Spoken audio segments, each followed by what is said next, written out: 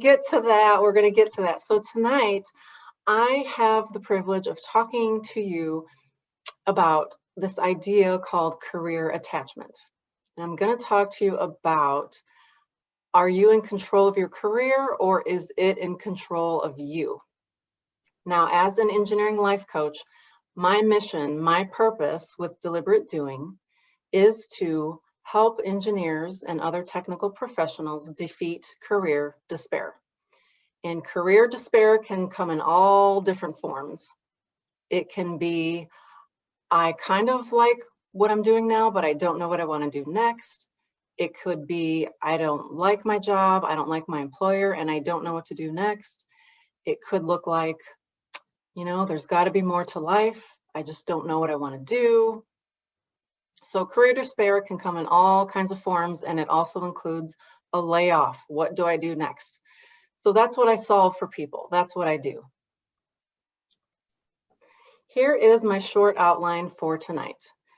What I want to talk to you about is how to defeat this idea of career attachment or being too attached to your career, and how to live a more autonomous life. So my presentation is broken up into two sections: career attachment, what is it and what does it look like? And then self-autonomy. I'm going to talk to you about 4 different concepts or tools you can apply to your life to be more autonomous. And hence, that's where the picture comes into play that Lucas was alluding to. Are you in control of your job and career, or does it control you? Now let's get started by talking about this idea of career attachment. So some of you in the audience are in the STEM field, and STEM professionals, I have to say, are very proud in general. And a STEM major is a really tough major, and we work really hard. I'm a former engineer. I know I worked really hard to get through engineering. I didn't even know if it was possible to get my degree. And by the time you graduate, you have very high career aspirations, right? Because engineering and the technical fields, they're not easy. They're really tough. So once we get out there and we start our first career, we want to nurture it, and we want it to develop, and we want to nourish this career that we worked so hard for. And over time, sometimes we identify ourselves with this baby, with this career that grows over time. And the problem with that is that your career is not a baby, and you're starting to foster an emotional relationship with your job that is external to you. And the problem is career attachment. And career attachment is when your quality of life depends on your job. So when the job is going great, you have a great life and all is well, and you couldn't be more happy. But as soon as that job takes a turn for the worst, whether it's a new boss or an annoying customer or a bad performance review or whatever it may be, then your life starts to suffer. And you notice that over time, your personal life will start suffering as well. So the idea of career attachment is when you're depending on your job to feel good. You're depending on your job to bring you happiness. And the reason that's a problem is because your job is an external to you. So I like this picture here because if you think about the world and everything in it, those are all externals to you. You do not control anything that is external to you. The only thing you can control is you and the way you think. So as I mentioned, career attachment is the idea that you're depending on your job for happiness or to feel good. And some examples, some ways that might show up could be some of these quotes here that I've listed. I hope they like me. I hope they hire me. Or I worked hard. I deserve a pretty good raise this year. Or I like this company because they provide a lot of benefits. I should be promoted. I like my boss, or I don't like my boss. These could all be indications that you might be emotionally attached to your career. So as you identify yourself with your career, you promote a dependency on this external, on this job or on this career.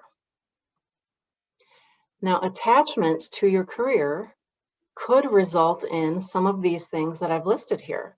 It could result in less time with your family. It could result in you job hopping because you're so unhappy with where you are.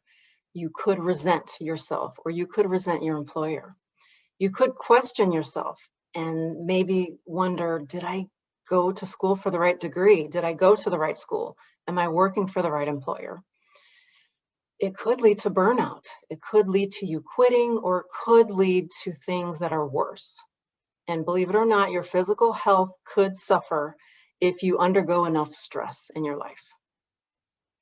And you might say, but Gina, I have to focus on my career. It's who I am.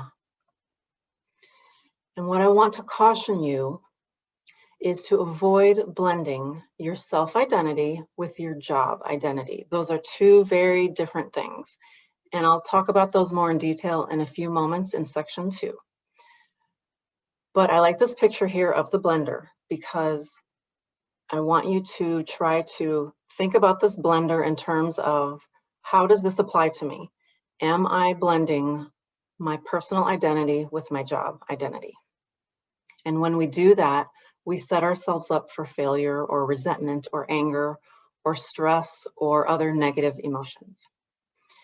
And the reason we set ourselves up for these negative emotions is because, once again, we're depending on something that's external to us. It's outside of our control. And we don't want to do that to ourselves. And before I get to section 2, this is a quick summary of how to look at career attachment versus being more empowered. So career attachment on the left means that you're relinquishing your emotional control. You're giving your emotional power away to your job. So what that looks like is, 1, you're blending your self-identity with your job identity. You probably have lower self-confidence, and it's a very disempowering place to live. As opposed to on the right, having an empowering mindset. That means you have control over your emotions. That means you know how to separate yourself from your job identity. You probably have higher self-confidence, and it's a very empowering place to live. And what it means at the end of the day is that your emotional health depends on your internal beliefs. It does not depend on externals outside of you. So now we're going to talk about self-autonomy. I'm going to introduce 4 tools or concepts for you. And the first one is how to separate yourself from your job. So number 1, what you do in life is results-based. Your job, your tasks, your duties, those are all about being productive and the results that you produce in life. And I'm going to pause really quickly here and open my window. Sorry, everybody. Okay, just gonna get some fresh air here in the room. Now, who you are is based on your thoughts. So you are human, you're a spiritual being, you're authentic and unique, you're 100% worthy, and you have intrinsic value. No human is worth any other human. Number 2, the second tool is the Toolbox of Life. I want you to imagine you have a toolbox, and inside this Toolbox of Life, you have all these tools and resources to help you live and get by and progress.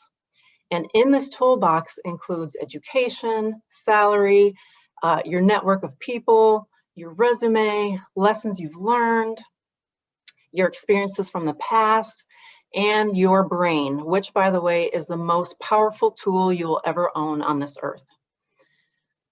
So this is important because I want you to think of your career as a fluid and unpredictable tool.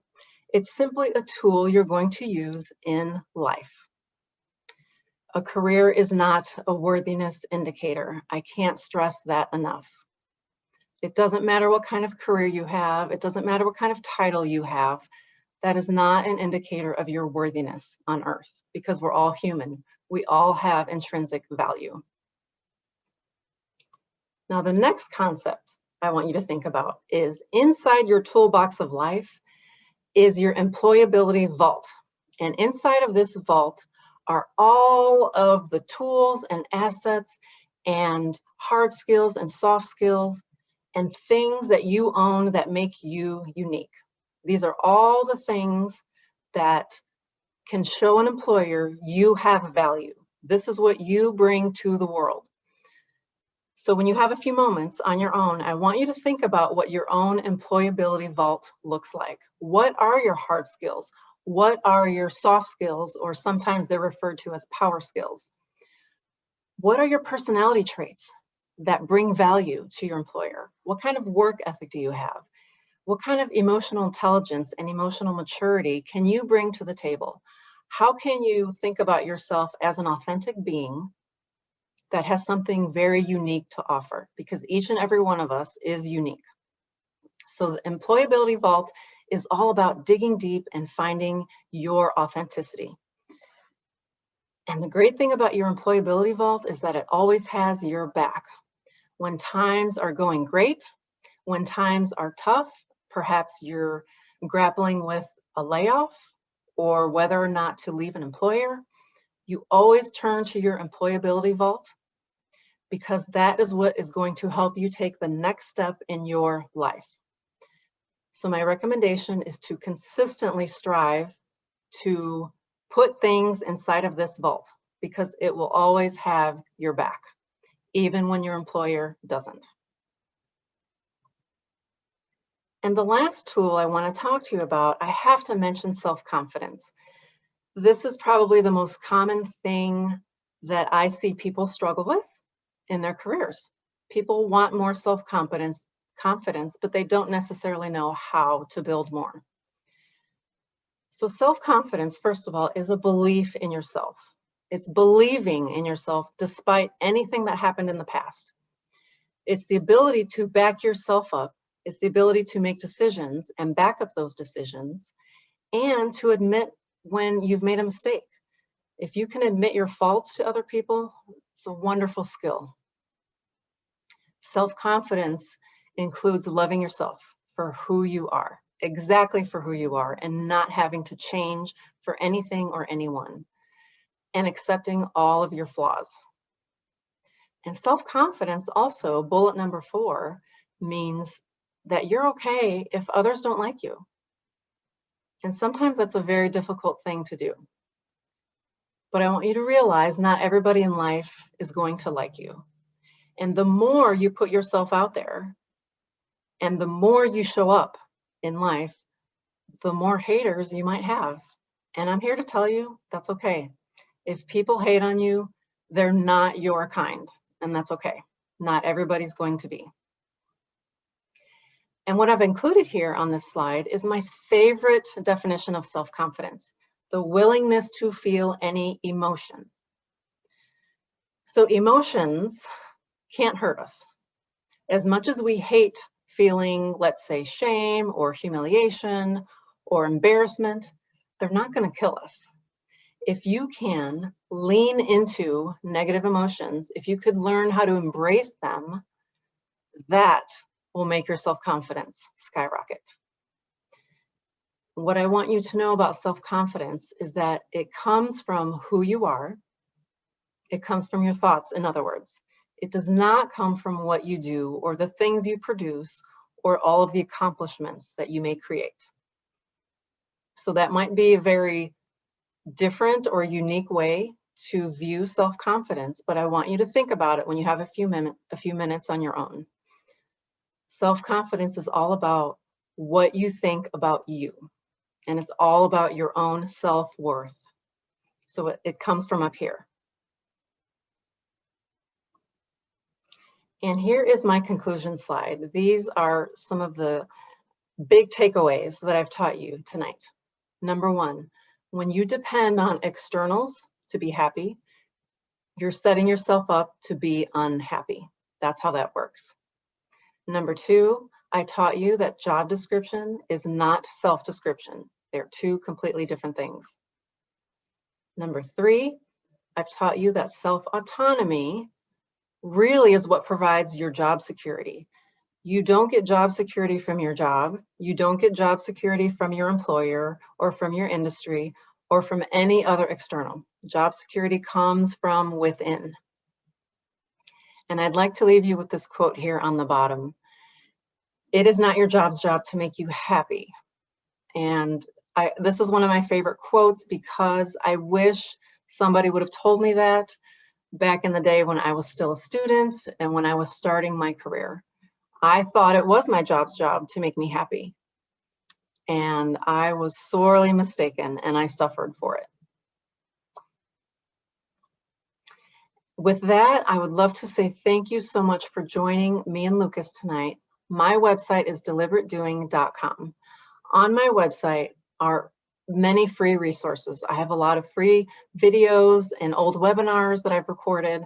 I have a career blog if you're interested in reading blogs. I have an events page that I post upcoming webinars, just like this one.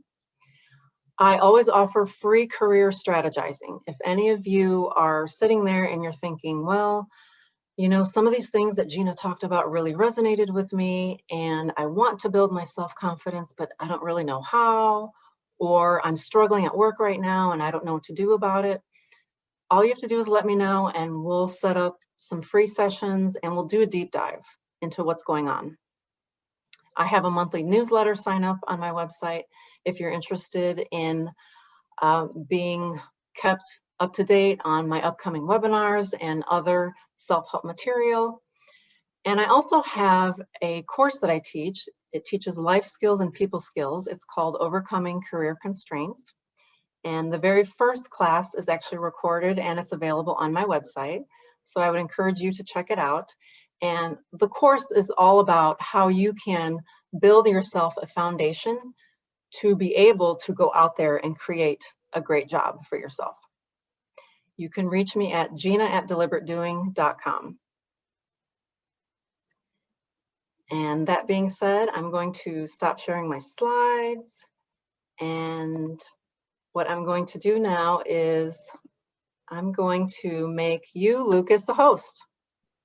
Perfect. Sounds good. And yeah, if you guys want to hear a little bit more about Gina's backstory, she was on my podcast. It's not released her episode just yet, but you'll probably see that come out in the next month and a half to 2 months, I think is where she'd be kind of landing in there. So if you want to hear more about her background too, that is going to be there in my podcast.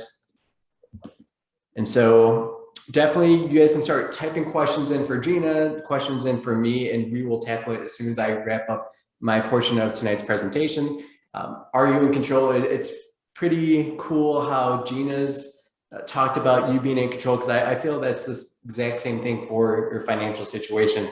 There's really nothing that anyone else can do or make financial decisions for you. I'm sure early on when you're just out of college, people were trying to direct you and help you in those capacities. But at the end of the day, you are in control, which is awesome, but it can be scary too. And that's why a lot of people choose not to be intentional. They don't think about, well, what about my future self? What about my future family and things like that? It's easier to just kind of focus on right now and say, hey, I'll figure that out. I'll make it happen in the future if I need to. But there's a lot of power in planning. And the biggest, most powerful thing I've seen, especially since I started Level Up Financial Planning, where I'm able to focus and help people on the financial planning side more than just investments, is just getting that clarity and knowing. It's been so crazy to see how awesome my clients can make huge, drastic, big changes just by knowing what the situation is that they're in. And all of a sudden they'll go from saving just a few $100s to saving thousands of dollars within just a couple of conversations. I'll also have clients who are on the other end of the spectrum where they've saved so much they can retire, but they're afraid to hit the retirement button, or they just are too afraid to spend their money and start going on vacations and things like that. And once they know that some of this stuff is possible and they're not going to be running out of money in retirement, it just empowers them to start doing those things. So I'm going to be talking how that kind of financial planning will put you in control. And so how much money is enough? This is probably like one of the biggest questions I see, especially from people in tech who make a significant amount of money. Even starting wages would place you about where this Purdue University study says you'll feel pretty good as far as your emotional well-being. You don't got to worry about your house and home in most places in the United States, and you'll be generally happy. Every kind of need would be taken care of. And that's typically the number that I used to see thrown out there all the time, was that $75,000 range is where you'd be to be happy. This Purdue University study went a little bit deeper though, and it says, you know what, there's actually another level. Your happiness continues to increase above that 75,000. And it's really about that 95,000 point where you get to a point where you can just feel more confident and just start to evaluate things a little bit more and be like, I'm making $100,000, but I'm not happy. And you can start to make some changes. Or you can say, I'm making $100,000 and like, I'm the happiest I've ever been. Where can I start donating? Who can I start helping? How can I reach out to other people and start donating and things like that? So that's really what I've seen. That biggest difference between that 75,000 to 95,000 is just the flexibility and the impact you're able to do, as well as another big factor that a lot of people don't realize, and that's the time. So once you're able to handle all of those major life expenses, all the normal things that you have to do, you can start outsourcing things. I was just mowing my lawn earlier today before we got this rainstorm that you guys might be hearing here in a second. And I was thinking to myself, well, I'm not able to hang out with my family. I'm not able to get prepared for this or work on other client stuff. And there's so many things I could be doing right now. And at this point, I do have the funds. I could pay a college kid or a high school kid to come in and mow my lawn. So that actually was crossing my mind, because I think that would actually add a lot of joy to my life. I pay for other stuff like dog services to take care of things that, yes, I can do, but it takes a lot of time, and it wouldn't be the most enjoyment I'd get out of life. So that's another thing that you start to be able to do, is once you get out of that threshold of just being able to afford things and do things comfortably, then you start to buy yourself more time opportunities to focus and do the things that you want. So I think that's where that 95,000, you're able to do most of those things at that point. And for those of you who don't know, if you're watching the recorded version or if you're just jumped into this one, just quickly on my background. So I had no clue what I wanted to do for the longest time. I went through community college. I worked full-time all throughout my college career. And it took me a while, but I was working at community bank and found out that, hey, there's something like a 401k, employee stock purchase plan, something that some of you may have heard of. And I got really interested in all those things and found out that financial planning was a career path. So I decided to go to Colorado State University. They had a financial planning program, and I became a certified financial planner. And with Level Up Financial Planning that I started about 3.5 years ago, I basically cover anything as simple or kind of basics, from credit scores and cash flow, all the way to as complex and like later on in your career, like Social Security and anything in between, basically. So it's really fun to straddle all those different areas and be able to help a pretty diverse kind of population depending on what they do, and then also be able to age with them as they're kind of navigating their careers. And I do specialize in tech professionals, mainly because of the stock options and the advanced tax planning, especially with all the tax changes that started about 4 years ago, and we've seen with COVID, and there's just going to be more tax changes coming up. So that's quickly about me. And at the end of the day, it's not how much money do you need, or there's no magic number basically for everyone, right? It's what is important to you. It's you who get to decide. It's you who are in control. It's you who get to create this awesome life that you can kind of plan out. And I kind of broke it down to these 4 main kind of segments. So lifestyle, that's going to be a majority of where your funds and expenses are going. There's also going to be big things that come up that take a lot of money, and they might not occur every single week, like your grocery shopping, or every single month, like your rent payment or mortgage payment. But these goals are important to you, and those are going to be some of the things that really do help you hone in on the changes that you might need to make so that you are on track. And I kind of describe the goals as, what's the cool stuff that's worth planning for? Because if you don't do that, you're probably going to miss out on a lot of opportunities. I saved a whole bunch before starting Level Up Financial Planning, not because I knew I was going to start my own company, but I was sure grateful that me and my wife had been saving and just focusing on, well, what actually provides us value, and the things that didn't, we just kind of saved and invested. And it gave me a huge runway to take advantage of a goal I didn't even know existed. And I know a lot of my clients find themselves in that position, especially if they're in a tech career, making a ton of money, saving a ton of money, but they hate it. And so you might want to reach out to Gina, kind of talk through that, kind of, she would be the expert on pulling that apart as far as how you feel and how to kind of take control over your career situation and your self-confidence is sounds like a big piece of that. So definitely reach out for those things, but you need to know all this stuff. As far as timing goes, one of the big issues I've seen with a lot of people early on in their careers, hey, I'm making $100,000. I'm gonna go buy a Tesla. I'm gonna go buy a house. I'm gonna go travel all over the world. And they're doing all these things immediately. They just want to do everything now. They don't want to wait because they have a buddy or coworker or a friend or neighbor who are doing all these things.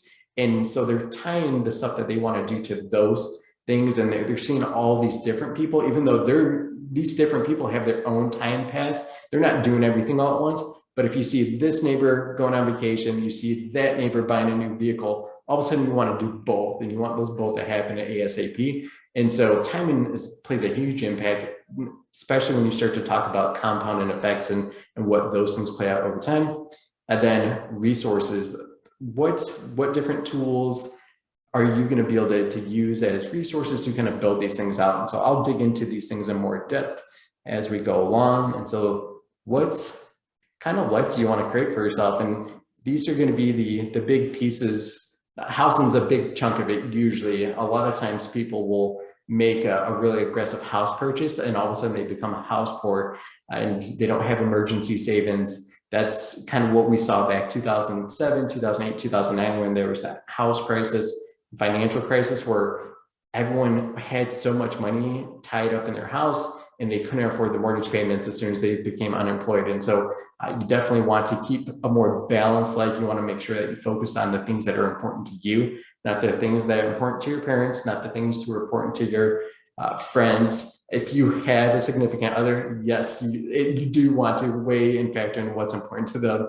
But these more outside people that are not in your life, that are not depending on you, that you're not responsible for, you shouldn't let them guide your goals. The types of vehicles you're going to purchase, those things surprisingly make a big deal. You could spend $100,000 on a vehicle, or you can spend $10,000 on a vehicle.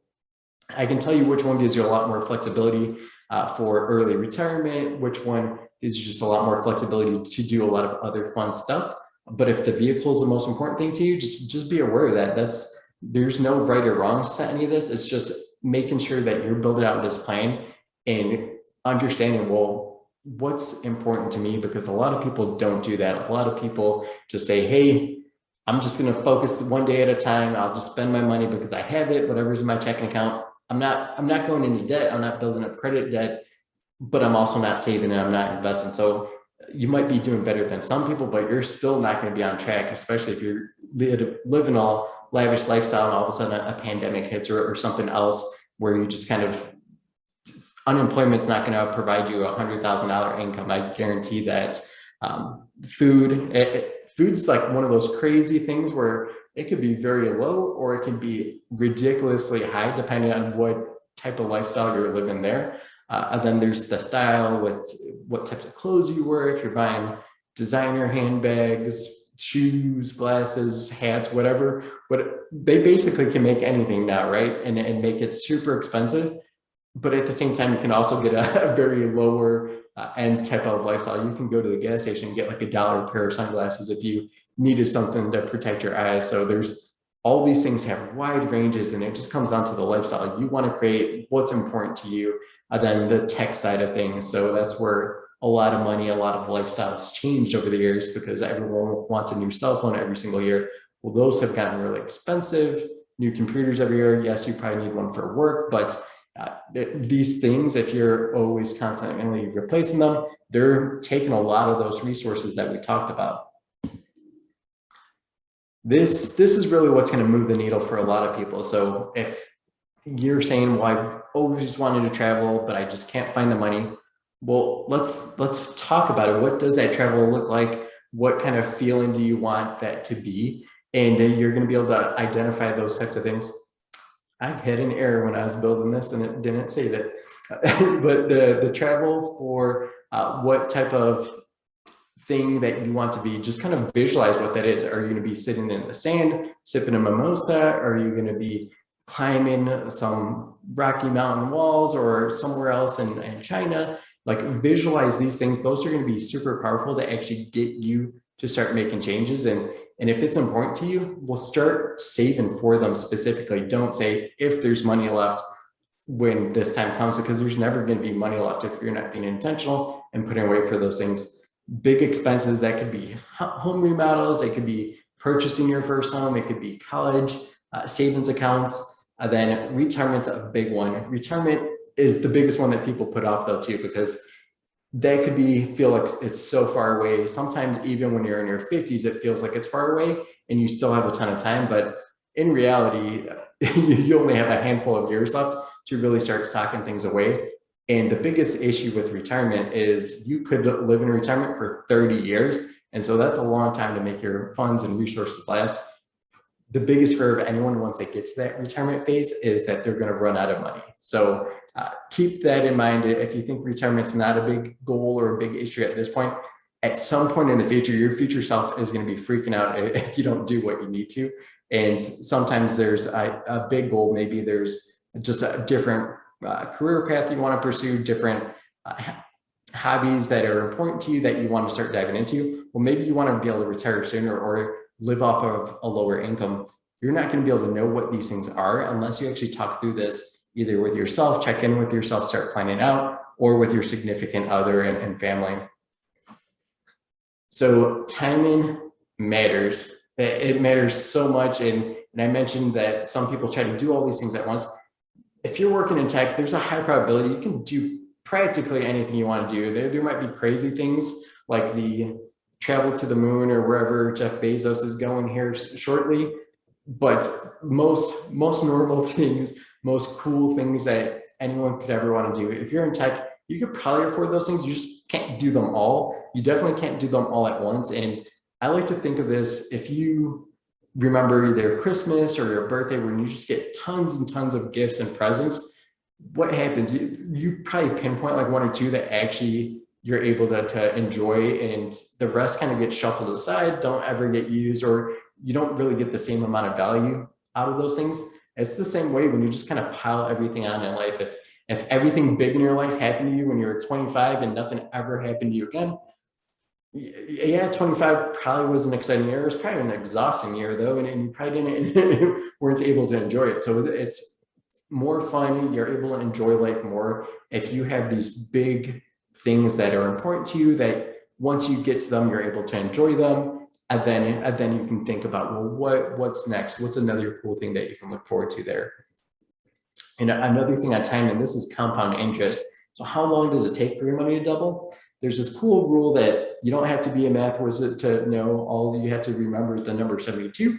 And so it's called the rule of 72. You divide 72 by the rate of expected return. So if you think you're going to get a 7% rate, basically you take 72 divided by 7%, and that's about 10 years and about 3 or 4 months or so. And your money will double if you get an average return of 7%.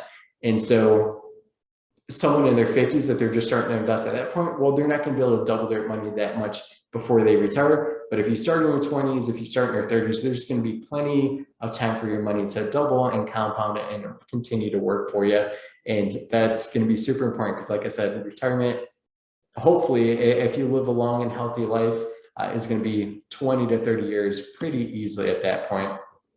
So what this is all kind of pointed to and how you can take control and kind of build the life that you want to is create your own strategy guide. If you're not working with a financial planner, if you don't like talking about financial stuff with a stranger, you're capable of doing these things on your own. They might not be as precise, or you might not find every efficiency and way to kind of maximize things, but just talking about it will definitely get you moving in the right direction. Just being aware of these things will help you start to move towards living your best life. And Google's a powerful resource. YouTube's a powerful resource. I have resources all over my website, just like Gina has resources all over hers. So there's things that if you really just want to do them yourself, you can definitely do that. And the benefits of building a strategy guide, whether it's with me or if you're doing these things on your own, that biggest one is that clarity, that knowing is half the battle. Is you actually know if you're on track, and it's super powerful to just start moving, start focusing on, well, what the heck do I need to do? Or what can I do? Maybe you are ahead of the game. Maybe you can go and travel and do a safari, or take time off. Maybe you can quit and focus on your podcast or your book writing, whatever it is that's important to you. You won't know this stuff unless you actually start pinpointing out on your strategy guide what you want to do, when you want to do it, how you want to do it. And it's just super fulfilling and empowering to see, like, hey, this is what I have, this is how I can make this stuff happen.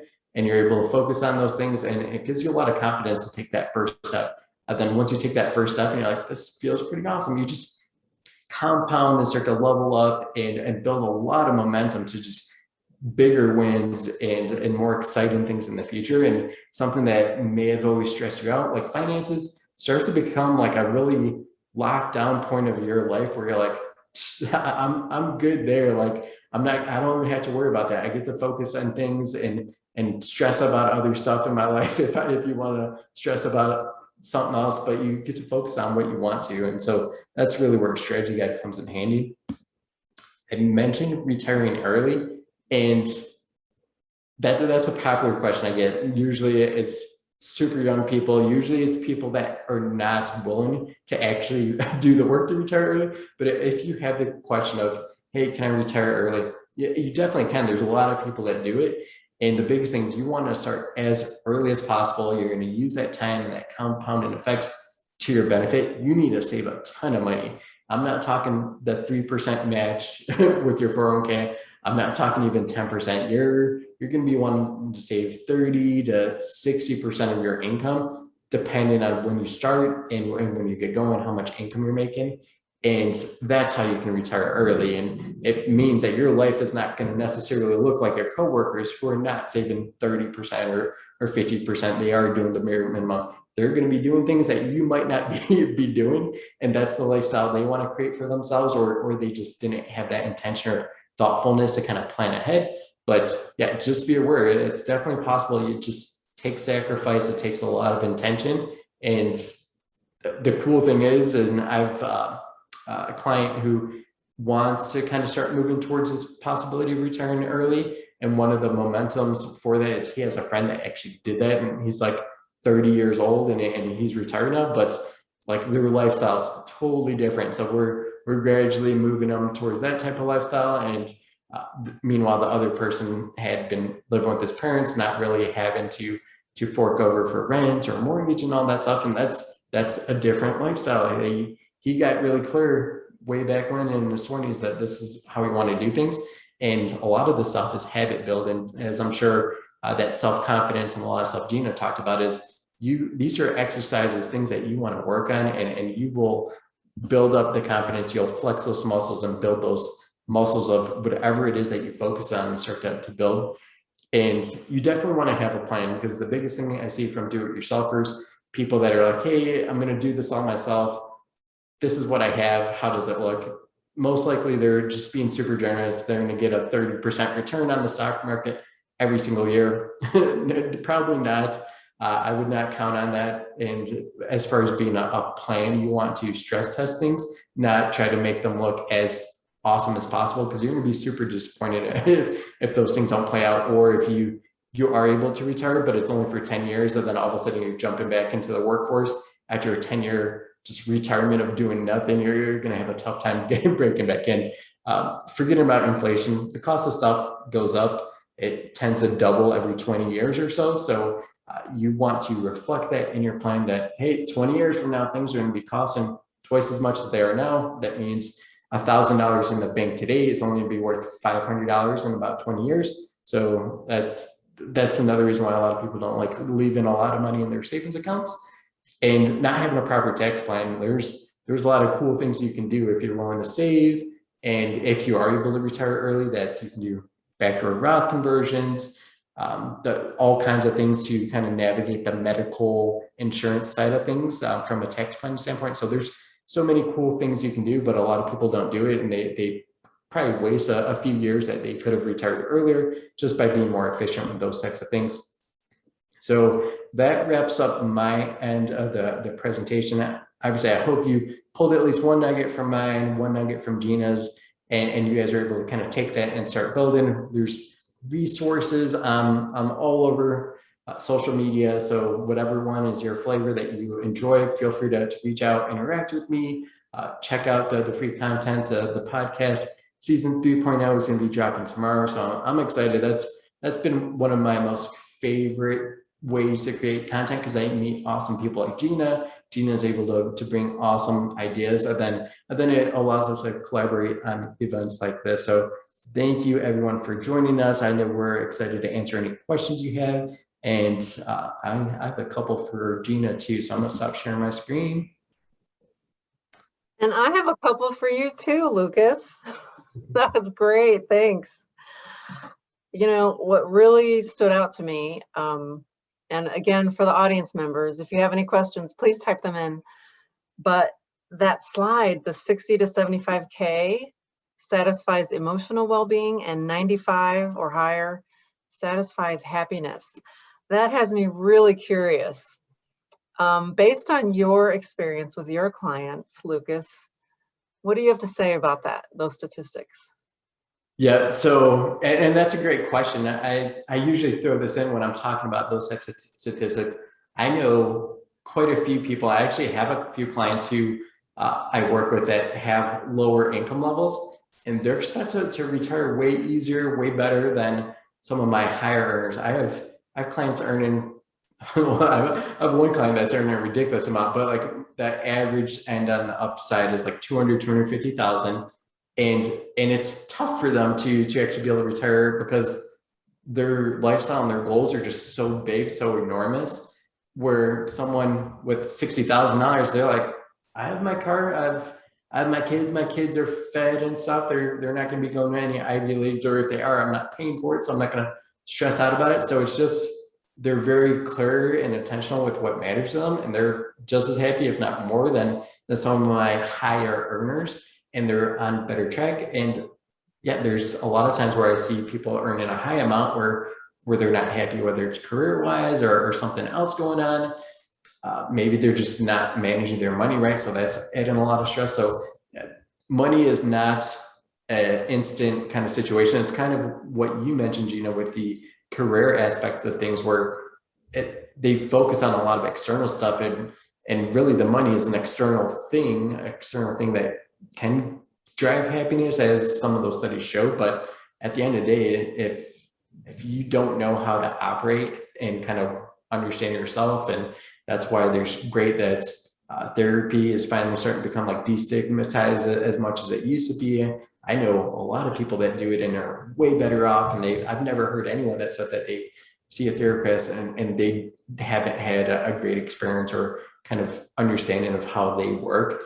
And I think that's the biggest thing. It's bigger than the money. It's like, hey, sometimes people spend money when they're not happy, I guess. And so if you have more money to spend, well, you just dig a bigger hole than someone that doesn't have the ability to do that. And you have more ways to kind of hide some of those things. And so, yeah, money is not a golden era or like a silver bullet or anything like that.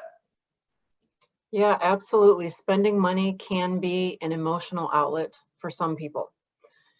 And I really like your answer, because in my experience, it seems that a higher income is usually associated with more stress in general for professionals. Can be. Yep. And some people say, I don't want it, the money's not worth it. And so your answer makes complete sense. You have some kind of animal walking, and it looked like you're about to be attacked because of the shadow, like by a gigantic. Let my dog in the room. Yeah. I was like, oh no, Gina, watch out. So my question for you is, one thing that I've seen a lot is that with that career attachment and retirement, like how do you help people, or how would you kind of mention it and guide someone through a situation where they're like, I've worked for 40 years. I actually like my job a lot. I like where I work. It would be nice to retire. It would be nice to do some of these fun things, but like I wouldn't know even what to do or how to go about doing that. Like, how do you help people kind of pull back that tie-in and attachment so that they can retire peacefully and not be so like, oh no, but I miss work because that's who I am. And like you said, that happens a lot, especially in tech. Oh, that is such a great question, Lucas. And this is how I would answer that. So many people, when they go to work, they have goals of making a certain amount of money. They want a title. They want to be able to retire in such and such year. And they make these their career goals. And what I teach people is that if your goals are to reach an external, such as retirement or a job title or a certain salary or what have you, you're missing the whole point of working. So retirement and salary and benefits, while those are all great, those are actually byproducts. Those are a result of working. That's not why we work. And I have a whole webinar on my website that talks about career purpose. So in a nutshell, what I teach people, Lucas, about this concept is that career purpose is a journey. It's not a destination. Yeah. And that journey includes 3 pillars: service to other people, self-development, and leaving a legacy. And when you can go through your career and serve and develop yourself and leave a legacy, that is what your career purpose is for. And the wonderful thing about that, I'll take it one step further. The wonderful thing about that purpose, Lucas, is that you don't even have to have a job to fulfill that purpose. Yep. You can still serve, you can still develop yourself, and you can still leave a legacy in your life, and you don't even have to be working to do it. It's a beautiful thing.